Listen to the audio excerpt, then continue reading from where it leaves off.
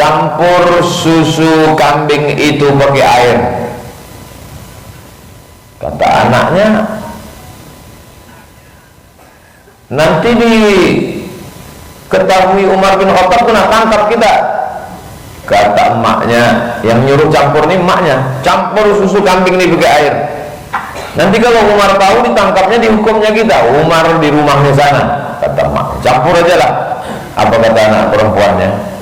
Umar bin Khattab tidak tahu, tapi Tuhan Umar bin Khattab, Allah tahu bahwa kita sudah mencampur susu kambing ini dengan air. Diingat Umar bin Khattab rumah ini, besok pagi dia suruh pengawalnya mencari anak perempuan itu. Pengawal, tadi malam aku dengar ada anak perempuan yang tidak mau mencampur air susu kambing dengan air, maka bawa anak perempuan itu kemari. Apa yang terjadi setelah itu kita lanjutkan setelah yang satu ini. Gitu dia kalau di TV. Lalu kemudian Umar bin Khattab menikahkan anak perempuan yang tak mau mencampur susu kambing dengan air putih tadi dengan anak laki-lakinya.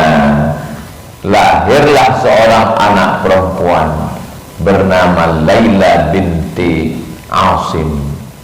Lalu kemudian lahirlah cucunya, cucu laki-laki bernama Umar bin Abdul Aziz.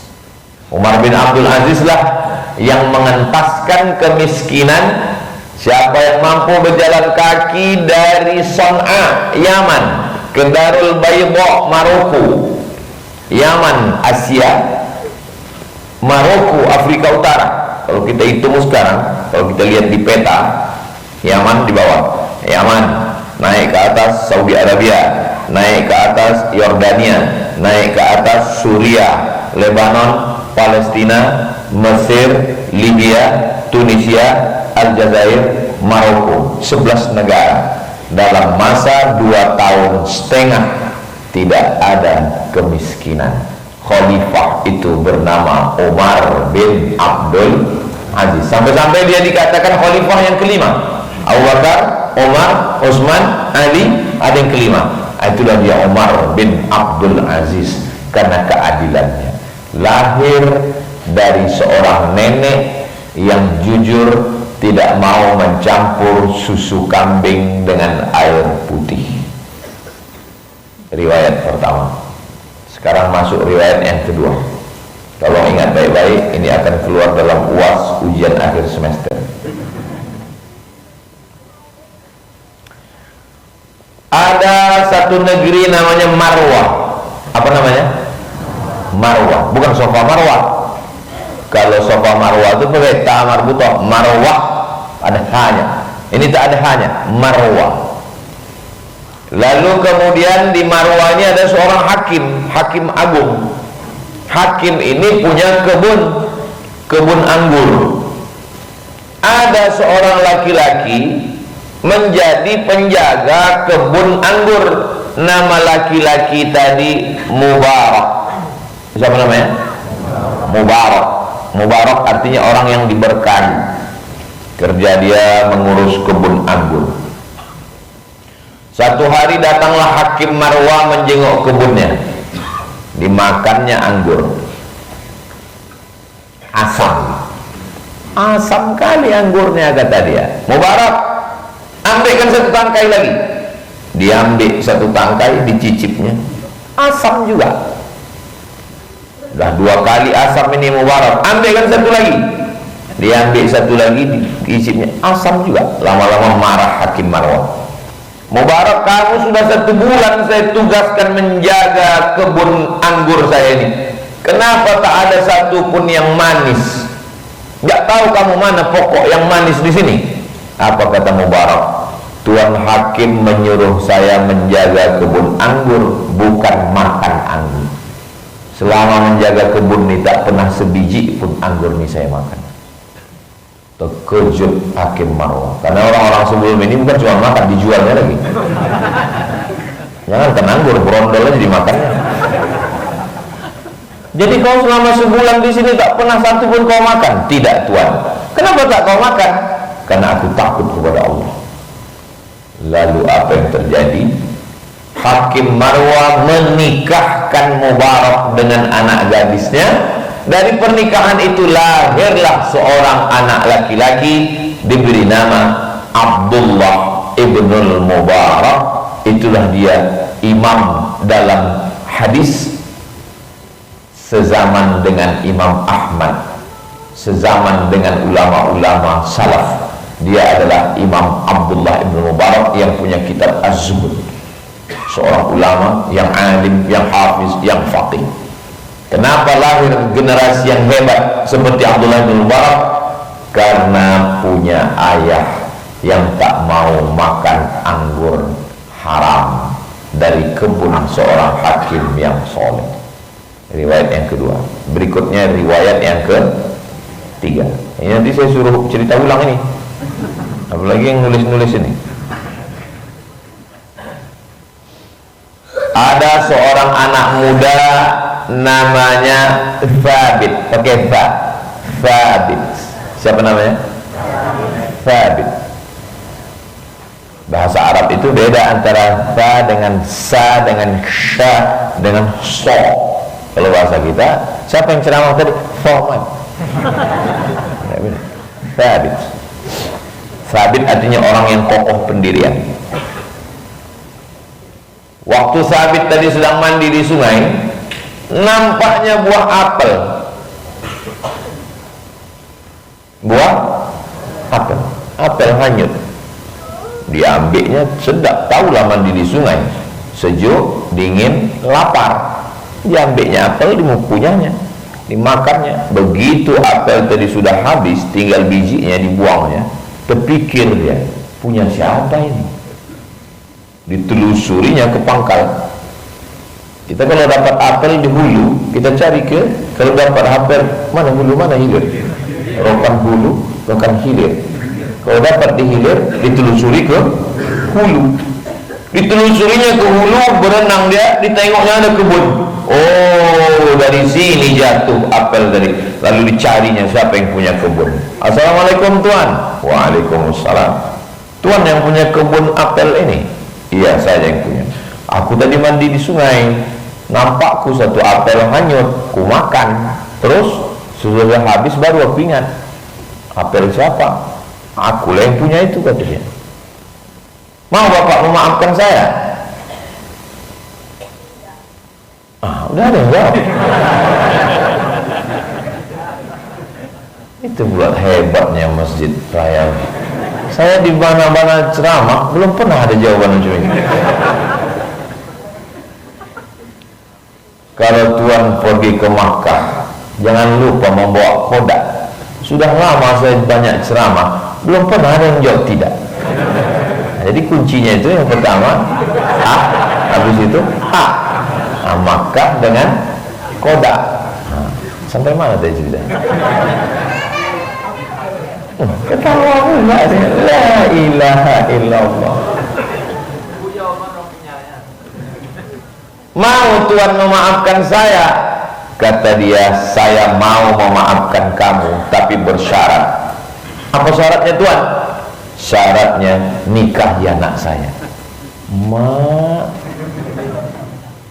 Nikahi anak saya. Ketawa pula anak kecil. Macam paham aja dia. Menikahi anak bapak? Iya. Kata iyalah, ini itu pula syaratnya. Saya khawatirnya sudah ini mandi sungai semua. Tapi anak saya ini tak bertangan, tak berkaki, tak bermulut, tak bertelinga, tak bermata. Mak udah terbayang bulat lah anaknya itu. Lama dia termenung. Kalau tak minta maaf, mencari bapak ni nanti di akhirat. Kalau minta maaf, berbini bulat. Macam mana orang bawa dia undangan? Daripada mencari di akhirat, bulat-bulat lah. Ya Pak, aku nikah. Zaman dulu sebelum nikah itu tak ada jumpa perempuan itu, tak ada nampak. Apalagi foto perawat, tak ada. Sesudah akad nikah perempuan tak ada di situ. Aku nikahkan engkau dengan anakku dengan mahar sebuncuk cincin emas tunai sah. Tak ada perempuan di situ. Sesudah akad nikah malam dibukalah pintu kamar, ditengoknya anak gadis cantik. Terkejut dia, lengkap semua. Ini anak bapak yang bapak bilang tak bertangan tak berkaki ya, tapi bagusnya, cantik dia. Ku bilang anakku tidak berkaki karena tak pernah melangkah ke tempat yang haram. Ku bilang tak bertangan karena tak pernah tangannya menyentuh yang haram. Ku bilang tak bermulut karena mulutnya tak pernah mengucapkan yang haram. Ku bilang tak bermata karena matanya tak pernah menengok yang haram. Ku bilang tak bertelinga karena tak pernah mendengar yang haram. Ku nikahkan sama engkau wahai Sabit karena engkau takut kepada Allah. Kau makan sebiji apel dan kau minta maaf. Memang kaulah yang kutunggu-tunggu selama ini. Dari pernikahan itu lahirlah seorang anak laki-laki, dikasih nama anaknya Nu'man. Nama lengkapnya Nu'man bin Sabit. Itulah dia imam yang pertama dalam 4 mazhab yang dikenal dengan Imam Hanafi. Jelas? Apa kesimpulan dari 3 kisah ini? Kalau tuan ketembilan, jangan lupa membawa kawan. Memang susah mengambil kesimpulan kalau orang belum sarapan. Jadi kuncinya dari kisah yang pertama Umar bin Abdul Aziz, dari kisah yang kedua siapa tadi? Abdullah bin Mubarak, dari kisah yang ketiga Nu'man bin Sabit. Ketiga-tiganya adalah kalau mau punya anak yang hebat-hebat, maka carilah ayah ibunya orang yang takut kepada Allah. Umar bin Abdul Aziz, neneknya takut mencampur susu kambing dengan air putih. Abdullah bin Mubarak, atuknya ayahnya takut makan buah apel. Bukan apel, anggur. Sengaja saya salahkan. Ingat tak orang nih. Sedangkan Nu'man bin Sabit takut makan buah apel.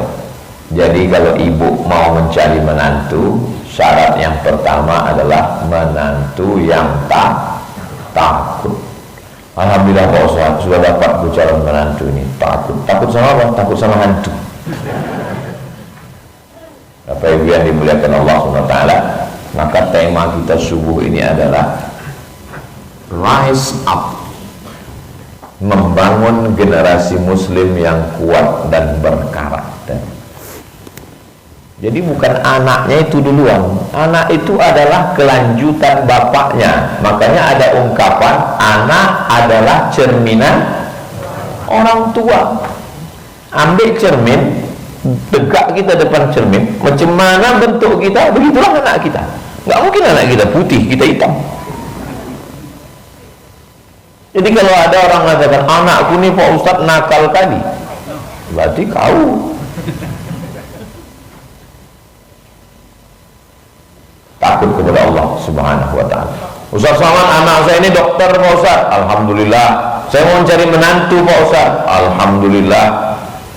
Cemana Pak Ustaz biar saya tahu menantu saya ini sholat atau tidak? Mudah aja Bu, saya bilang. Ibu ini bertanya ke saya, kayak mana caranya Pak Ustaz? Ajak calon menantu ibu itu makan siang jam 12. Kalau datang dia jangan terima. Hari Jumat undang. Tapi ini tak bisa dipakai lagi, udah bocor soal ini. Kalau mau nanti saya buatkan soal baru. Buatkan soal yang baru Pak Ustaz, 4 mata. Jangan kan 4 mata, 3 kita buat. Bisa datang ke rumah ibu nak besok ya. Jam berapa Bu? Jam 12. Jam 12 sudah sampai ya. Kalau datang dia jangan terima. Tapi kalau dia bilang mohon maaf bu, beribu maaf, saya jam 1.30 baru bisa datang, terimalah dia. Insya Allah akan lahir cucu-cucu seperti Umar bin Abdul Aziz, seperti Abdullah bin Mubarak, seperti Nu'man bin Thabit, seperti Abdul Somad. Astagfirullah, sebutkan pula la ilaha illallah. Jadi kalau mau dapat orang baik, insya Allah ibu-ibu semua dapat menantu yang baik-baik semua, insya Allah. Kenapa Ustaz bilang ibu-ibu, kenapa tak bapak-bapak? Memang yang punya anak ini bapak, tapi yang punya keputusan kan mengaku semua orang. Solihah-solihah semua ibu-ibu ini, insya Allah. Wal baladut thayyibu yakhruju nabatuhu bi'izni rabbih. Tanah yang bagus akan mengeluarkan tanaman yang bagus. Walladzi qabutha la yakhruju illa nakida. Tanah yang tandus mengeluarkan tanaman yang tak bagus. Tanah subur, gemah ripah loh jenawi, tongkat dan batu jadi tanaman, untayan zahrut katulistiwa. Indonesia. Apa tanaman yang keluar? Bunga mawar, cantik dipandang, harum semerbak. Tapi kalau kita pergi ke Afrika Utara, di gurun Sahara, apa nama pohonnya? Kaktus. Ditengok tak sedap, baunya tak ada, dicium hidung bengkak. Setelah cerita tentang tanah subur dan tanah tandus, Allah langsung bercerita tentang Nuh. Arsalna Nuhan, kami kirimkan Nabi Nuh alaihi salam. Apa hubungan tanah dengan Nabi Nuh? Ternyata bibitnya bagus, bapaknya bagus, tapi ditanam di tanah yang tak baik, keluarlah tanaman kaktus. Anak itu bernama Kan'an, anak durhaka. Makanya ada lagu orang Malaysia, iman tak dapat diwarisi. Saya segan menyanyikannya karena di masjid ini. Kalau di tanah lapang 3 CD kita mainkan. Kenapa anak-anak kecil ini datang? Anak kecil, anak kecil, anak kecil, anak kecil, anak kecil, anak kecil, anak kecil, anak kecil, anak kecil. Kenapa anak-anak kecil ini datang? Ini pastilah ayahnya macam ayah Abdullah ibn Mubarak, macam ayah Nu'man bin Thabit, dan emaknya macam neneknya Umar bin Abdul Aziz, insyaallah. Amin. Agak-agaknya, tapi nggak tahu juga lah. Apa yang dimuliakan Allah Subhanahu wa taala. Tungkahul mar'atu li arba', perempuan itu dinikahi karena 4. 5 liha, kaya. Itu istri bapak? Iya pak Ustaz, saya sebetulnya dulu banyak yang mau sama saya Pak Ustaz. Saya ini dulu ganteng Pak Ustaz. Jadi kenapa bapak nikah sama ibu itu? Sawitnya sejauh mata memandang. Ayahnya pula tokeh gotah kaya di kampung kami Pak Ustaz. Cincinnya 5. Itulah maka saya nikah sama dia. 5 liha, karena kaya. 2 wali hasabiha, karena keturunan, nasabnya Pak Ustaz. Nasibnya memang kurang baik Pak Ustaz, tapi nasabnya, darahnya biru Pak Ustaz. Ngapain nyari donornya itu? Wali jamaliha, biasanya perempuan itu dinikahi yang ketiga karena cantiknya. Rambut bak mayang terurai, alis bak semut beriring, bibir bak delima merekah, pipi bak paung dilayang, tinggi semampai. So sweet. Jangan black sweet. Black sweet itu hitam manis, hilang manisnya tinggal hitamnya. Mohon maaf, jangan tersinggung. Kunci mendengar tausiah saya ini satu, jangan tersinggung. Ada beberapa jamaah tersinggung pulang meninggal. Ada yang tersinggung? Wah, takut semua orang. Jangan kau pandang karena sukunya, karena kalau dia melanggar pantangan suku, dia keluarkan dari suku. Jangan kau pandang karena hartanya, karena harta bisa binasa, hari ini kaya, besok miskin karena ditangkap KPK. Jangan kau pandang karena rupanya, karena wajah akan berubah. Itu maka sekarang banyak operasi kresek. Semua plastik muka itu, silikon ditanamkan. Hidung plastik, dagu plastik, bulu mata plastik. Ada orang bakar sampah lagi. Kata Nabi SAW, pandanglah karena agamanya, fasfar bidatid din taribat yadaka. Kalau kau tengok karena agamanya, maka insya Allah selamat kau dunia akhirat. Laki-laki menengok perempuan 4: kaya, bangsawan, bangsa yang hidup di awan, cantik, pandanglah karena agamanya. Fit and proper test. Bagaimana pula kalau perempuan menengok laki-laki? 2: idza ja'akum man tardawna din. Kalau datang laki-laki meminang anakmu, meminang keponakanmu, meminang cucumu, meminang anak kemanakanmu, kau pandang pertama din, agamanya. Ibu kalau mau cari menantu, tengok agamanya. Tak usah payah-payah membuat fit and proper test. Tengok sembahyang subuhnya. Ini yang hadir sini, ini dulu semua nih. Tapi aku tengok udah berbini semua. Yang kedua, wa khuluqahu, akhlaknya. Ada kadang orang baik agamanya, sembahyang, tapi cakapnya kasar. Ada pula orang lembut, menunjuk pun tak mau gitu. Di mana rumah bapak pegawai Pertamina Hulu Rokan? Di sana Pak Ustaz. Tapi tidak sembahyang. Baik akhlaknya, baik agamanya, baik sholatnya, baik budi pekertinya, baik ibadahnya, baik tata krama, sopan santun, budi bahasanya. Kalau dapat macam itu, maka jangan disia-siakan. Ibu, kalau suami ibu itu sembahyang, orangnya baik, sopan santun, tata krama, budi bahasa, lembut, jaga dia, Bu. Karena kalau tak ibu jaga, dia akan dilarikan pelakon.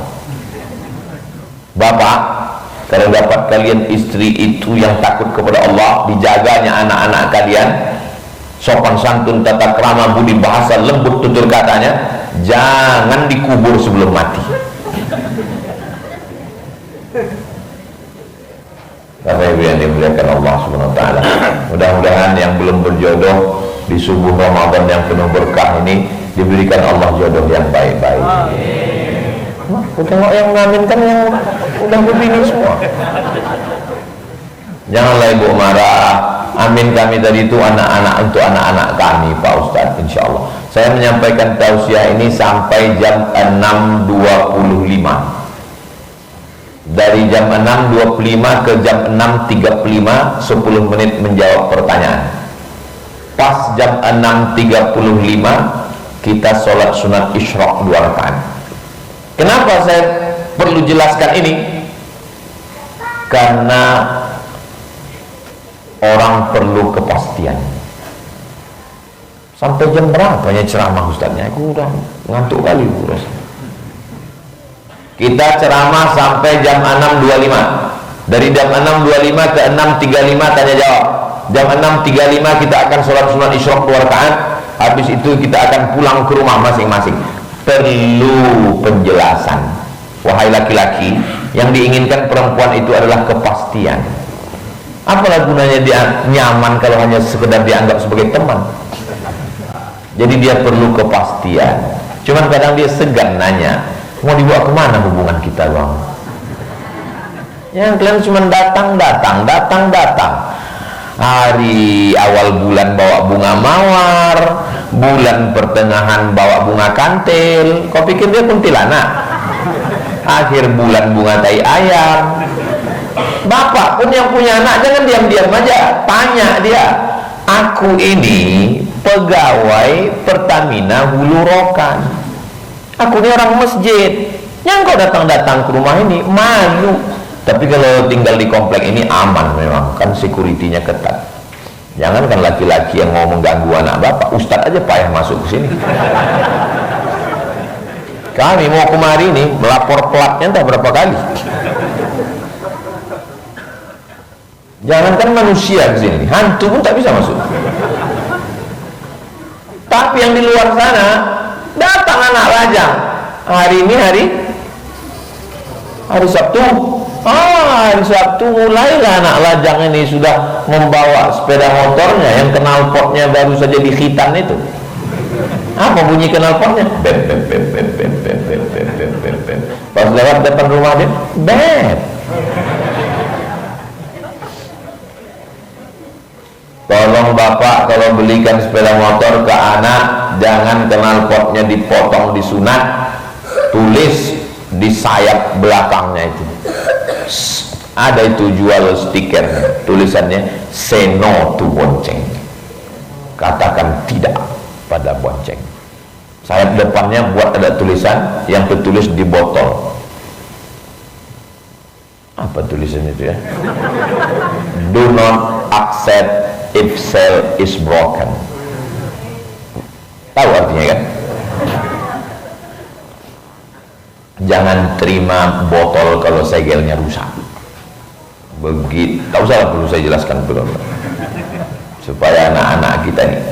Bapak kalau ibu menerima laki-laki yang tak mahram bertamu ke rumah, lalu kemudian bapak bilang, duduklah kalian ya, duduk sebentar ya, sebentar ibu bawakan teh ya, duduk ya, kami ke belakang sebentar nonton TV. Itu sama artinya memfasilitasi orang untuk berzina. Makanya kalau datang laki-laki tanya, kamu siapa? Saya teman kuliahnya pak. Ngapain kau datang ke sini? Maksud saya balik. Mungkin gara-gara itu juga saya tak punya anak perempuan. Bapak ibu yang dimuliakan Allah SWT, selangkah kaki bapak sudah masuk surga karena tahajud, karena tarawih, karena sholat subuh berjamaah, karena khatam Quran, karena rajin bersedekah, membantu pesantren Nurul Azhar. Tapi selangkah juga kaki itu masuk neraka karena tidak menjaga anak perempuan. Banyak sekarang orang dikasih pinggan piring bagus-bagus, makan dia di daun. Apa maksudnya Pak Ustadz? Akad nikah, acara yang sakral, meneteskan air mata haru seorang ayah, anak yang kubesarkan dengan tetes puluh keringat air mata. Mestinya dia berkata, kunikahkan engkau dengan buah hatiku, belayan jiwaku, bagian diriku, anak yang kubesarkan, perempuan yang kucintai setelah ibuku, istriku, dia adalah anakku. Kutitipkan kepadamu wahai calon menantuku. Tapi di hari yang sakral itu apa yang terjadi? Kunikahkan kau ini. Jangan kau datang lagi kemari ya. Kenapa bisa bapak itu marah? Kenapa giginya rapat? Married by accident. Nasi sudah jadi teri ayam. Udah hamil cerita bubur juga lagi. Bapak ibu yang dimuliakan Allah Subhanahu wa taala, mudah-mudahan Allah menjaga anak-anak gadis kita semua. Setelah ibunya baik, ibunya menjaga amanah. Perempuan yang menjaga amanah itu namanya aminah. Bapaknya baik, bapaknya hamba Allah. Hamba Allah itu namanya Abdullah. Abdullah nama ayahnya, Aminah ibundanya. Abdullah ayahnya, Aminah ibunya. Lahirlah anaknya terpuji di langit dan di bumi, Muhammad sallallahu alaihi wasallam. Jangan gara-gara ini nanti bapak ibu pulang berkelahi. Patutlah anak kita itu tidak terpuji karena kau bukan Aminah. Melawan juga ibu itu. Anak kita itu jahat karena kau bukan Abdullah. Coba kalau kau Abdul Somad. Ayahnya, ibunya lahir anak yang baik-baik. Setelah itu kemudian barulah pendidikannya yang baik. Al-Madrasatul Ula, pendidikan yang pertama sebelum S1, S2, S3, S3, S-Cendol, S2, S Bandung. Yang pertama adalah ibu. Kenapa mengandung itu diserahkan ke ibu? Karena ibu paling sabar, 9 bulan 10 hari. Seandainya mengandung itu diserahkan ke saya, 3 hari saya tinggalkan. Laki-laki ini orangnya tidak sabar. Mana buktinya? Laki-laki kalau belanja cepat. Betul gak Pak? Oh betul kata orang ini. Bapak ibu yang dimuliakan Allah Subhanahu wa taala, karena kita tidak mampu mendidik, menjaga, sibuk mengurus minyak, mengurus negara, mengurus bisnis, mengurus sawit, karet, getah, maka dititipkan ke sekolah berasrama namanya Islamic Boarding School. Anak ibu di mana sekarang? Pesantren, kampungan. Anak bapak di mana? Islamic Boarding School. Sama lah itu. Boarding berasrama, Islamic Islam, school sekolah, Islamic Boarding School sekolah Islam berasrama, pesantren lah itu. Kadang kita ini banyak terjebak pada bahasa-bahasa. Kau tadi sarapan pakai apa? Fried chicken. Kau pakai apa? Ayam goreng. Padahal kualinya sama, minyaknya sama-sama minyak jelantah. Ya nggak apa-apa lah, terserah mau pakai bahasa Inggris pakai apa. Buktinya ceramah kita pagi ini pakai rise up. Apa artinya itu Pak Ustaz? Pokoknya begitulah. Nah, jadi serahkanlah anak ke lembaga pendidikan. Saya insya Allah kalau menceramahi orang di stadion, di gedung olahraga, tak takbur, tak sombong, insya Allah dengan kuasa Allah sanggup saya tausiah 1 jam berdiri. Tapi kalau untuk mendidik anak-anak, terus terang angkat tangan saya. Jangan kan anak orang, anak saya aja saya tak sanggup. Begitu pulang lari sana, lari ke sini, lari rasa mau diikat aja pakai tali.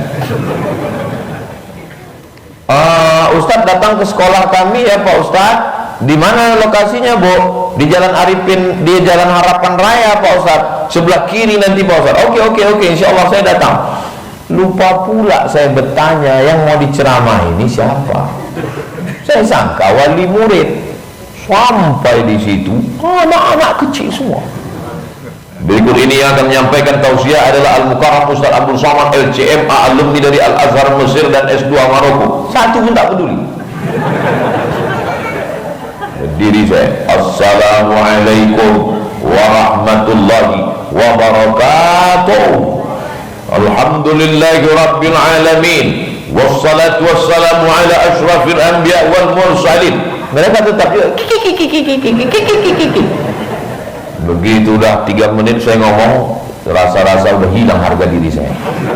Nah ini kalau kuteruskan ini kacau, 2 gendangnya, kalau tak gila mati. Untung Allah kasih saya ilham, terlintas di pikiran saya, panggil pawangnya. Minta tolong saya ke kepala sekolah.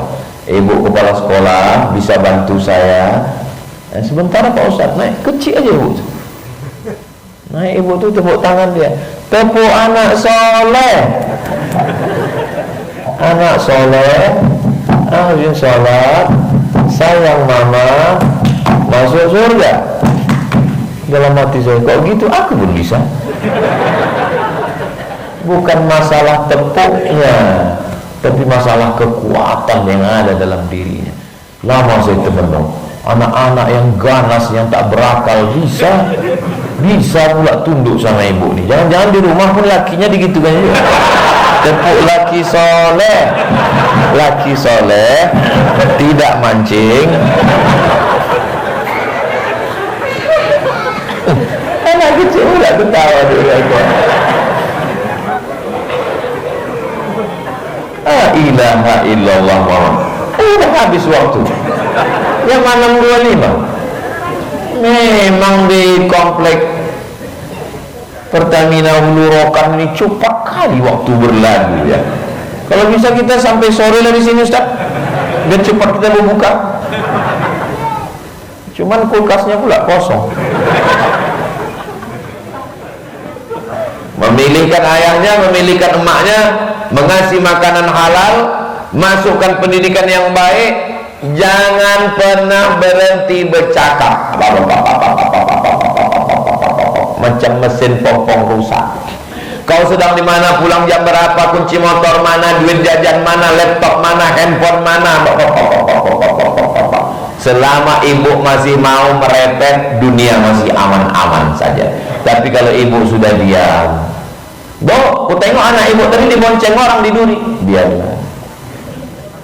Dunia sudah kiamat. Ibu siap merepet? Jangankan anakku Pak Ustadz, kata bapak nih, aku pun direpetnya juga. Abang pulang jam berapa, duit mana, bini mana, gini kunci motor mana, gini pakai kerja gini. Kalau bapak punya bini begitu, tulis di handphone itu namanya security syariah. Dialah yang menyelamatkan bapak dari neraka jahanam. Dialah yang menyelamatkan bapak. Itu sesungguhnya istri yang selalu nelpon, abang pulang jam berapa, duit mana, kunci motor mana, itu bukan istri Pak, itu adalah bidadari surga yang dikirim Allah SWT. Pernahkah bapak menyadari itu? Pulang dari sini, jangan bapak panggil namanya, jangan bapak panggil mama, bapak panggil dia, oh my angel, kau adalah malaikat penyelamatku, bilang. Kau adalah bidadari, tapi aku gemuk bang. Kau memang bidadari, tapi diturunkan dekat rumah makan.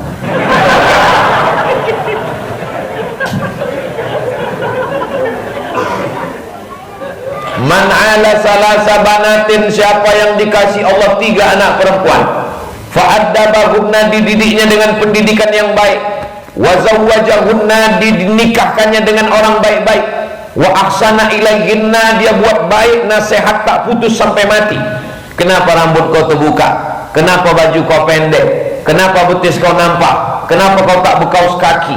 Kenapa lipstik kau tebal betul? Kenapa makeup kau sebelah biru sebelah hijau? Siapa yang punya 3 anak perempuan, dididik dengan baik, dinikahkan dengan orang baik-baik, buat baik sampai mati, falahul jannah, maka surgalah baginya. Kunci surga itu bukan cuma tahajud malam. Ada tukang motor dari belakang ini, biasa orang motor dari depan. Kalau Tuhan pergi ke Madinah, jangan lupa membawa rendang. Sudah lama saya ceramah, baru inilah dipoto dari belakang. Jadi kuncinya 2 yang 4 itu. Ceramah belakang, ceramah belakang. Jadi tinggal Madinah dengan rendang. Bisa kan? Insya Allah selesai tausiah ini, pendidikan anak dapat, pantun dapat. Nanti selesai ini saya tes ini satu-satu, masing-masing dan menyiapkan satu pantun. Jadi pendidikan ini, duduklah ibu sama bapak nanti di pelaminan, menangislah di pelaminan. Tolong bapak ibu, kalau pas anak nikah nanti duduk di pelaminan, ditengok-tengok juga muka kita pakai kamera. Jangan kita asik haru menangis di situ, tamu ketawa, rupanya bulu mata sudah tanggal. Kan ada videonya tuh kan, di peluknya orang ketawa, rupanya tanggal. Celak jatuh ke bawah, lipstick turun ke bawah, pas macam mak lampir. Barakallahu lakuma wa baraka alaikuma wa jama'a bainakuma fi khair. Kenapa ibu menangis, bu? Tisu Pak Ustaz. Ini suruhnya Pak Ustaz mengambil tisu. Kenapa ibu menangis? Haru saya Pak Ustaz, lepaslah tanggung jawab saya sekarang Pak Ustaz. Setelah anak saya ini nikah Pak Ustaz, lepaslah tanggung jawab saya Pak Ustaz. Kata siapa? Kata siapa tanggung jawab ibu lepas setelah anak menikah? Siapa yang bilang tanggung jawab bapak lepas setelah anak menikah? Habis dia menikah, bulan madu dia, pulang seminggu, tiba-tiba jilbabnya terbang, baju kurungnya melayang, rambutnya 3 warna, merah kuning keladi. Tiba-tiba dia pulang pakai rok pendek. Bapak diam atau marah? Marah lah, wajib ibu bapak panggil menantu itu. Sini menantu Fir'aun.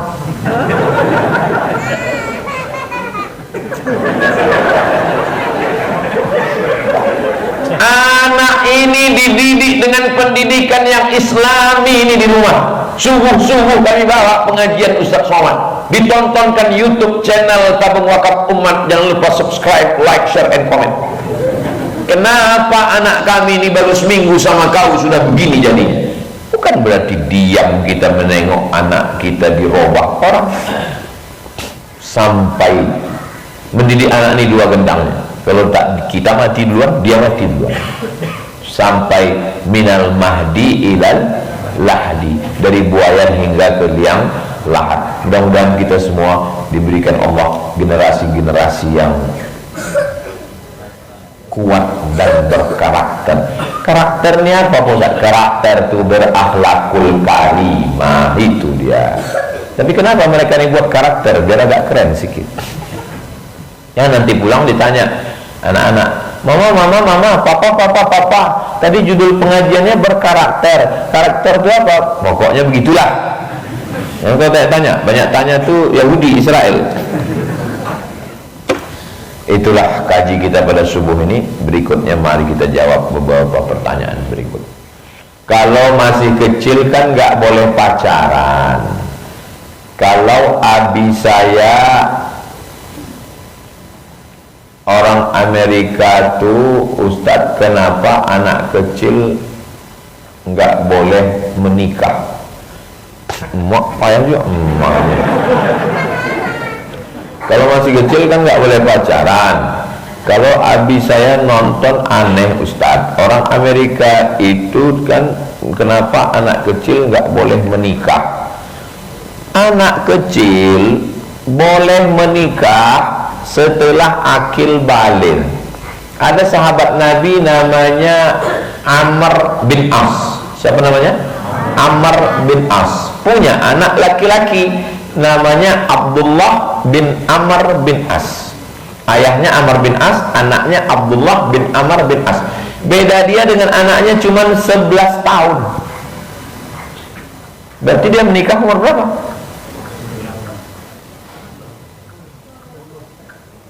Beda dia, baca sirah dalam Syiar A'lam An-Nubala. Beda Amr bin As dengan anaknya Abdullah bin Amr bin As 11 tahun. Jadi memahami sejarah itu, pahami menurut sosiologi, antropologi keadaan masyarakat waktu itu. Makanya orang yang kaget Sayyidina Aisyah menikah umur 9 tahun, dia nggak baca peradaban barat. Di Eropa menikah kecil itu biasa setelah akil balik. Saya pun kalau tahu dulu tamat SD itu nikah saya langsung. Apain tunggu lama-lama? Nah, jadi kenapa anak kecil tidak menikah? Zaman sekarang orang menikah itu standarnya kan tinggi. Tamat SD, tamat SMP, tamat SMA, tamat S1, tamat S2, tamat S3. Setelah punya kepribadian, rumah pribadi, mobil pribadi, kebun pribadi. Setelah mapan calonnya diambil orang. Nah, jadi kalau sudah merasa siap, menikahlah. Jangan, kata Nabi, man istata'a minkumul ba'ata falyatazawwaj. Kalau sudah mampu, menikahlah. Fa innahu aghaddu lil basar. Menikah itu menundukkan pandangan, wa ahsanu lil farj, menjaga kemaluan. Bapak, ibu yang mampu, nikahkan anak supaya dia tidak berzina, supaya dia tidak buat maksiat. Saya waktu ke Mesir, saya kasih tahu sama adik-adik saya, kami ini berat godaan di Mesir nih Pak Ustadz, kami mau nikah. Nikah, saya bilang, cari perempuan yang mampu, kalian mampu, subsidi silang. Bisa ayah dia kirim nikah. Belum mampu Pak Ustadz, puasa, banyak-banyak puasa. Karena dengan puasa itu hilang hawa nafsu. Bro, ada cewek cantik, nggak nampak aku lagi. Itu yang pakai jilbab hijau, entah macam melon dia tengok. Apakah orang yang suka mengoplos minyak dapat mempengaruhi kesolehan anaknya?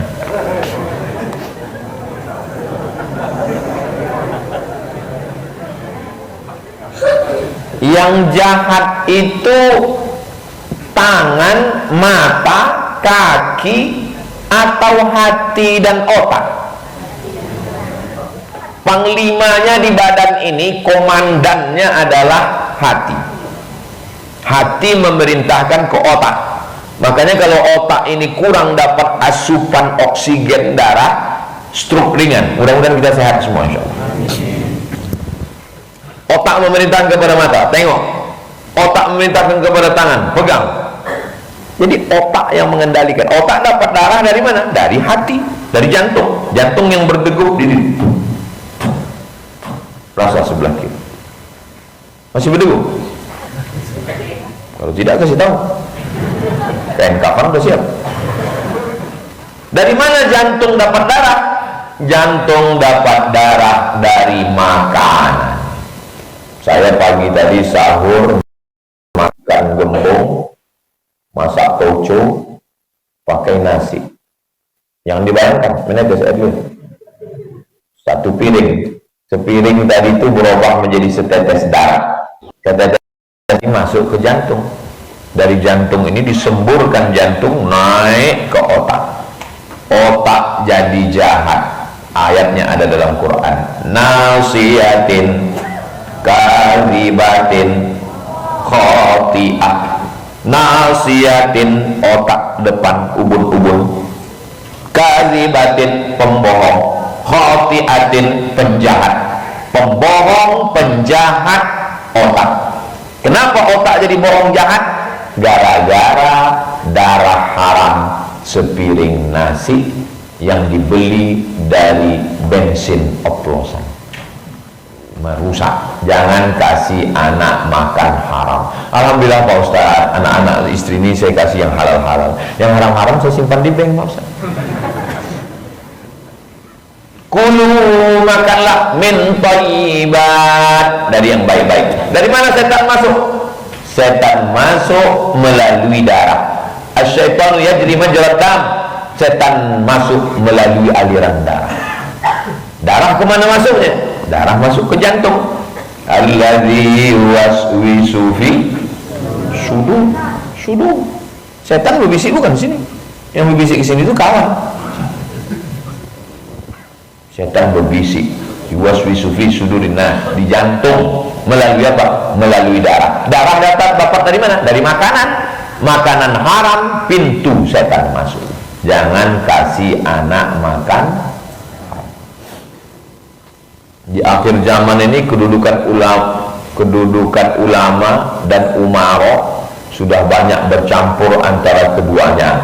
Apa yang mesti kita sikapi dengan kondisi ini Pak Ustadz? Dulu dia ulama, dia umaro, sejalan sekali. Nabi Muhammad itu ulama karena dia berilmu. Ulama artinya orang berilmu. Dia juga umaro, dia pemimpinnya. Meninggal Nabi Muhammad, Al-Khalifatul Awwal Sayyiduna Abu Bakrin Siddiq radhiyallahu an. Abu Bakar, Umar, Utsman, Ali. Tapi kemudian karena kelemahan manusia, ada orang yang paham agama, ulama. Ada orang yang paham politik, umara. Maka kedua ini mesti bekerja sama, saling menasehati, wa tawasau bil haq wa tawasau bis sabr. Pak Umara, tolong bantu Basnas keluarkan perda zakat. Pak Umara, tolong adil, jangan zalim. Nah, jadi ulama menasehati umara. Umara menegakkan keadilan di atas muka bumi Allah. Jadi ulama-ulama dulu itu diangkat oleh umara menjadi mufti. Kerajaan Melayu di Riau yang besar-besar ada 4. Kita urutkan dari mulai yang atas dulu. Siak Sri Indrapura, bawah Pelalawan, bawah Indragiri, kanan Riau Lingga.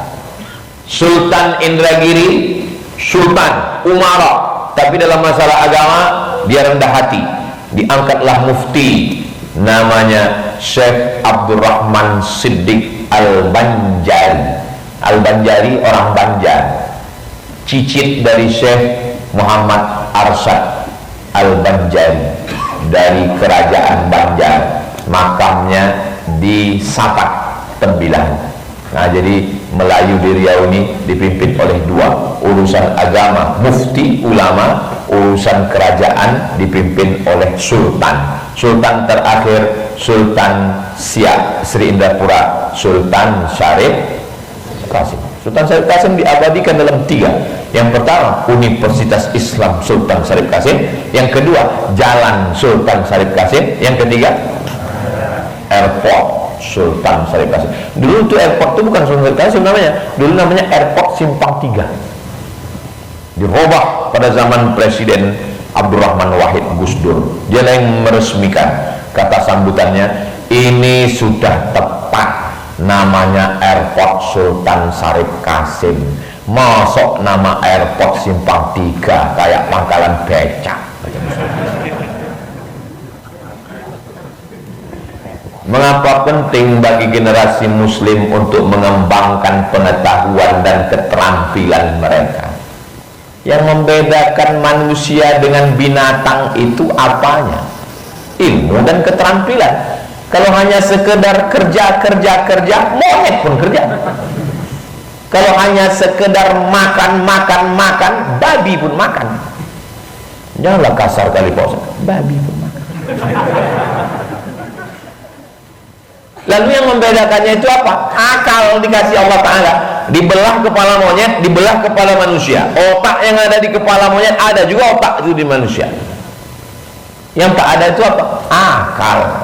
Jadi kalau ada manusia yang tak berakal, berarti nggak ada, saya bilang gitu. Makanya manusia punya pengetahuan, akal. Siapa yang wajib puasa? Baligh berakal. Siapa yang wajib haji? Baligh berakal. Akal yang membedakan manusia dengan binatang. Nah, maka digunakan akal. Akal. Kurang akal, minum aja akal.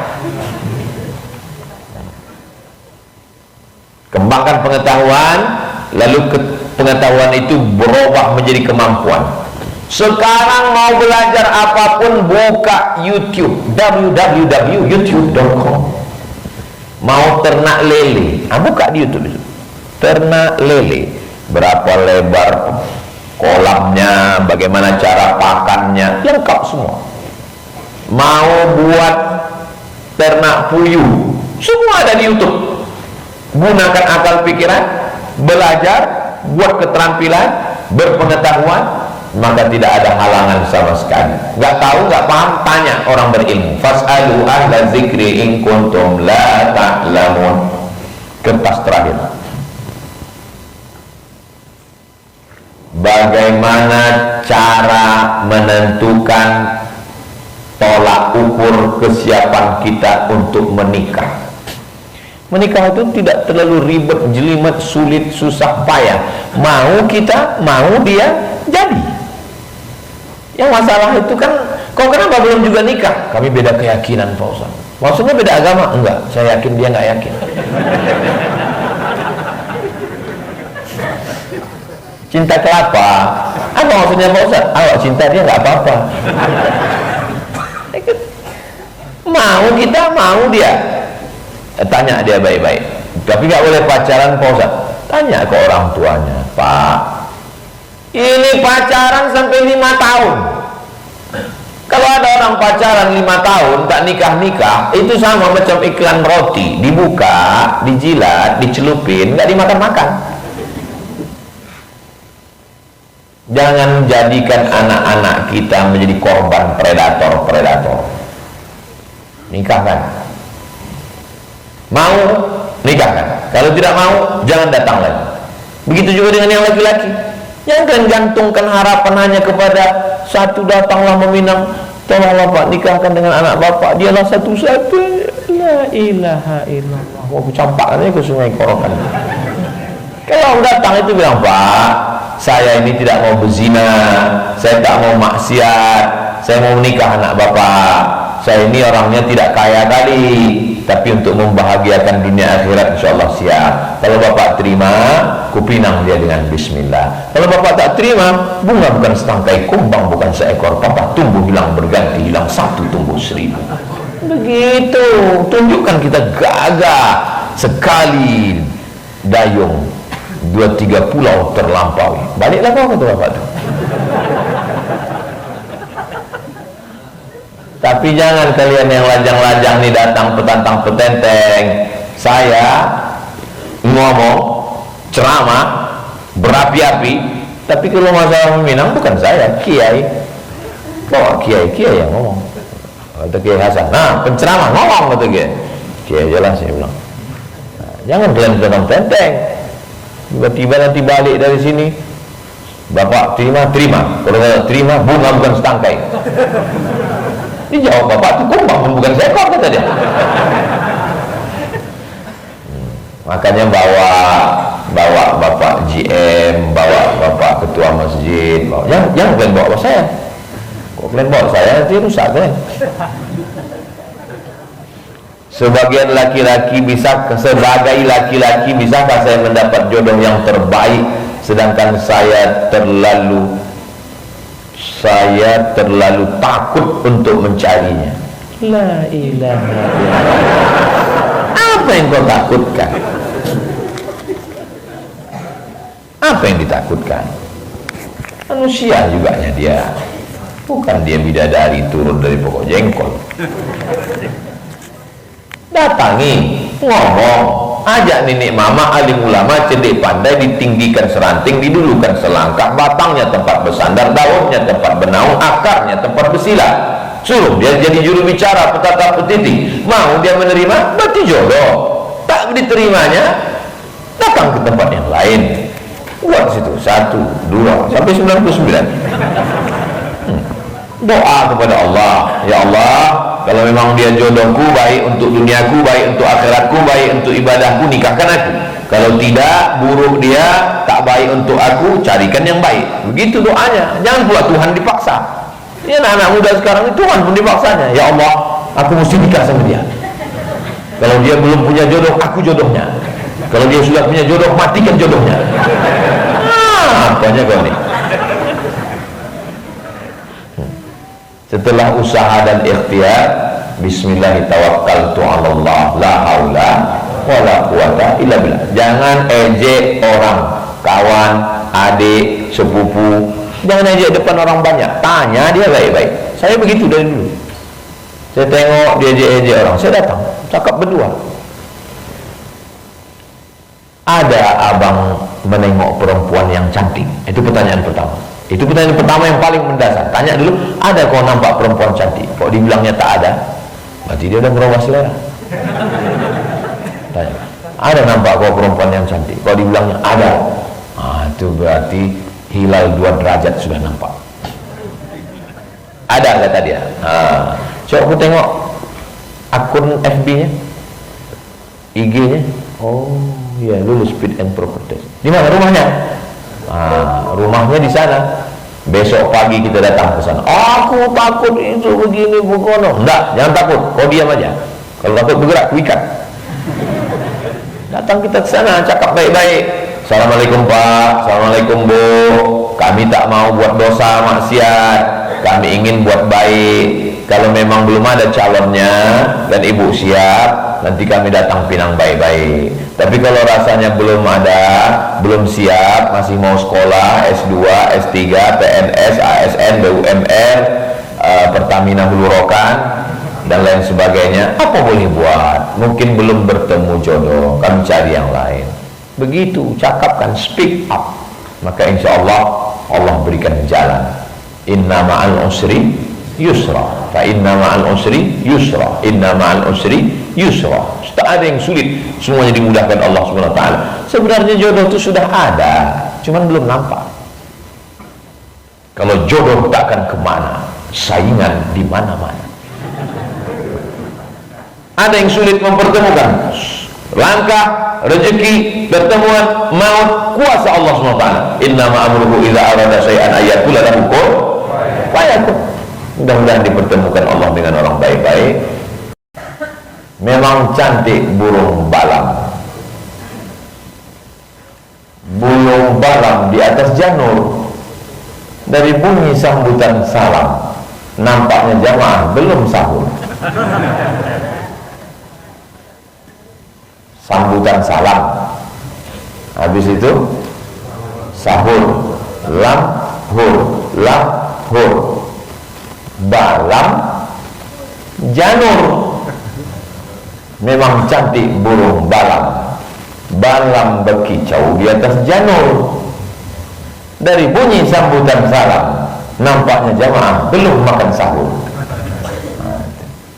Ini berubah judul tausiah pagi ini. Mudah-mudahan Bapak Ibu semua, ini tausiah subuh ini atas doa dan harapan dari Bapak Protokol. Beliau berharap saya hadir. Akhirnya keinginan dan doa beliau dikabulkan Allah. Berjumpa kita subuh ini di bulan yang baik, di waktu yang baik, bersama orang baik, di tempat yang baik. Mudah-mudahan kita selalu istiqomah dalam kebaikan. Amin ya rabbal alamin. Ini masjid ini luar biasa. Masjid-masjid lain punya AC biasa, masjid lain punya kipas biasa, tapi masjid punya kulkas. Ini luar biasa. Gratis lagi ada tulisan, tapi isinya tak ada.